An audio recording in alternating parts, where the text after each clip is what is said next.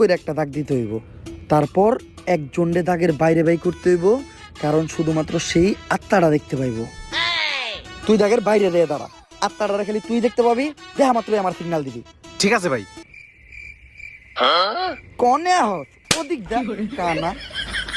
তারপর মোম জ্বালা আর পড়তে হইব আত্মা ডাকার এই মোমবাতি জ্বালাতে পেরেছে কয়জন, বেশিরভাগই তো জ্বালাতে গিয়ে নিভিয়ে ফেলার গর্জন।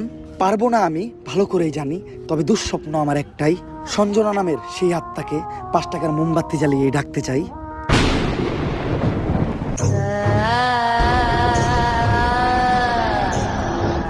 ওই দেখ তো কোন আত্মাটা চাইছে নাকি? না ভাই, 2 চারা লাগাই তো কোনো আত্মা দেখতেছি না। দূর আমার লেওরা, এই বিষটা কাম হইব না, সামনের বিষটা দেখতে হইব। হুফ।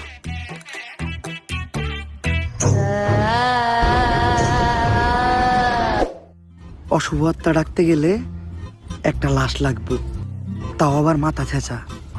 এখন মাথা ছেঁচা লাশ কই পাই? লাশ তো মর্গে পাওয়া যাইব, কিন্তু একটা লাশের তো অনেক দাম, মিনিমাম 70-80 হাজার টাকা। 70-80 হাজার টাকা তো জিন্দা মানুষেরই দাম নাই, বাদ দে, লাশ লাগবো না। কিন্তু লাশ ছাড়া আবার আত্মা ডাক মুইবা কেমনে?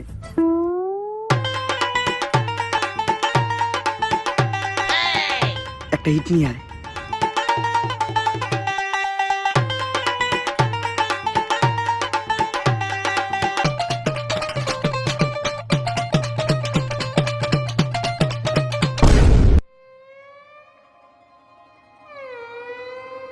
কপাল ভালো আমি কানা আসলাম না, নাহলে আপনি আজকে আমার লগে এই কামটা করতেন। আরে না, তোর লগে এই কাম করতাম না, আমার ভিতরে একটা মানবতা আছে না। কেমন মানবতা আছে ওটা তো দেখতে পারলাম। তারপর তোমার ডাইন হাত শক্ত কইরা লাশের মাথার উপর রাখবা, এই কথা চিন্তাও করো না।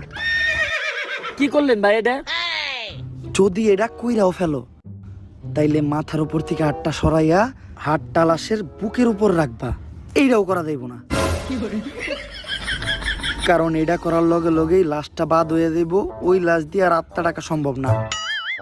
ভাই ভালো করে পড়ে দেন, হয়তো কোনো সমাধান অবশ্যই আছে।